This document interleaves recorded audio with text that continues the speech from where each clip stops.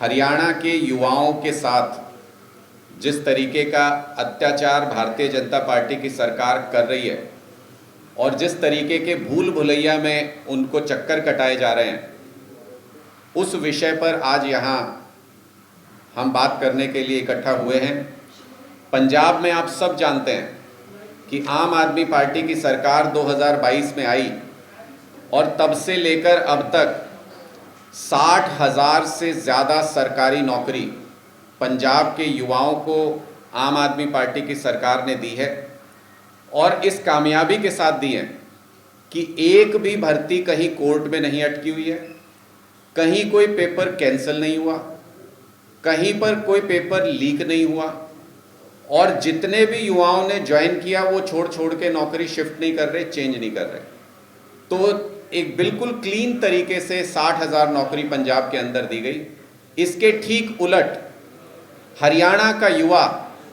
इस तरीके से नौकरी के लिए आवेदन कर रहा है, मान लो उसकी आंखों पर पट्टी बंधी हुई हो, उसको कुछ पता नहीं है कि आगे का रास्ता कहाँ जाता है, वो क्वालिफाई करेगा या नहीं करेगा, क्वालिफाई कर जाएगा तो नौकरी ज्वाइन कर पाएगा कि नहीं कर पाएगा, कौन सी भर्ती में सालों तक चक्कर कटाने के बाद फिर वो कोर्ट में अटक जाएगी।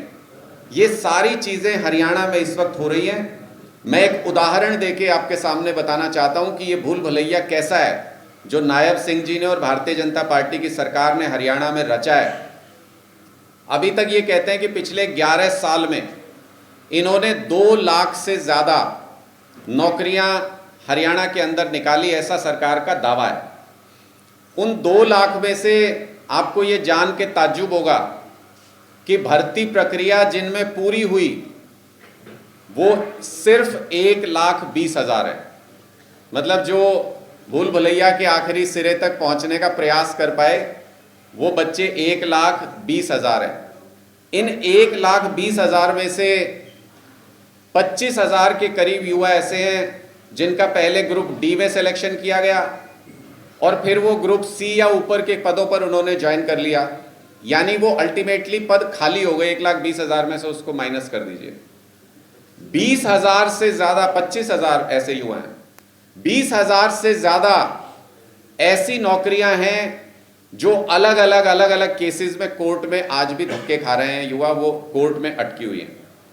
और इस 11 साल के अंतराल के दौरान जब इन्होंने ये नौकरियां देने का ये दावा कर रहे हैं, उस दौरान 50,000 से ज़्यादा सरकारी कर्मचारी रिटायर हो चुके हैं। जब ये नई नौकरी देने की बात कर रहे हैं तो 50,000 रिटायर भी हो गए।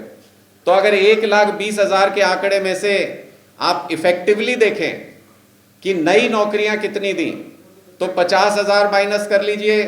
25,000 जो पद छोड़ के दूसरे पद पे आ गए वो माइनस कर लीजिए, और 20 से 1,000 नौकरी जो कोर्ट के चक्कर में उलझी हुई हैं वो आप उनको जमा घटा करके देखेंगे तो 11 साल के अंतराल में ये 20-25,000 सरकारी नौकरी अभी तक हरियाणा की सरकार ने दी है। पंजाब में 3 साल, 3.5 साल के अंदर 60,000 नौकरियां बिना किसी डिस्प्यूट के आम आदमी पार्टी की सरकार दे चुकी है।